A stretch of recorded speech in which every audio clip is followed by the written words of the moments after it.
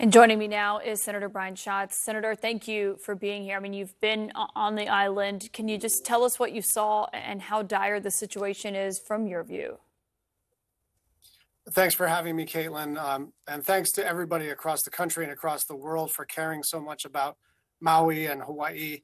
And the outpouring of support and money is really essential at this point. It is not an exaggeration to characterize it as similar to a war zone. It is like multiple bombing runs happened in Lahaina town. It is flattened. There is almost nothing left. There are very few structures standing. There are melted engine blocks. There are cars ripped apart. It is a mess. It is a total rebuild.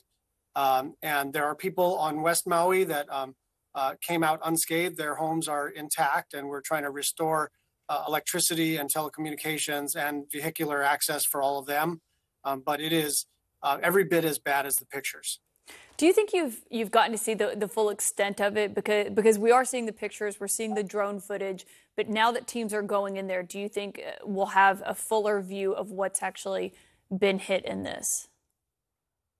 Well, I think we know the geographic area that was hit because we have satellite images and lots of drones have done flyovers. And I was on Front Street, Lahaina town yesterday. We walked the whole length of it. So on that level, we do know.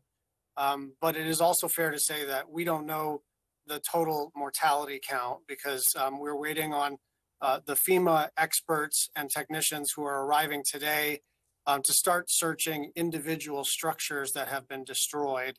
And we do, unfortunately, anticipate that the death count will rise on a daily basis as those properties are cleared. You know, one thing looking back on in the aftermath, that the Hawaii Emergency Management said that Maui's warning sirens didn't go off when the fire started. I mean, there have been a lot of questions raised about that. Who do you hold responsible for that?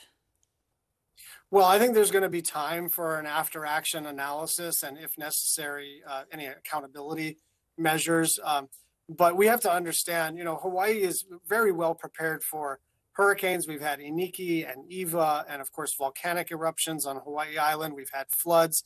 We've had a few wildfires, but nothing that attacked a town like this. So it just wasn't in sort of the realm of possibility that wildfires in West Maui would essentially jump the highway and attack the town of Lahaina within a matter of less than an hour. And if you see these videos on social media, it's really true.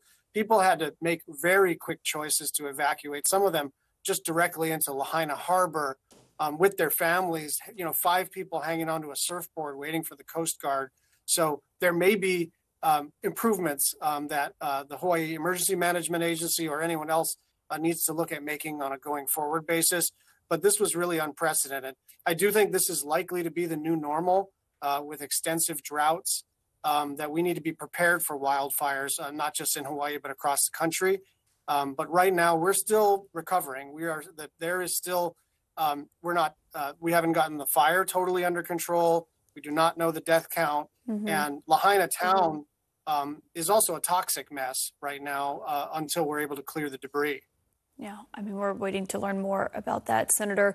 Of course, we are thinking of you and all of your neighbors with everything that's happening, and we will continue to do so and to check in. Thank you for your time tonight. Thank you.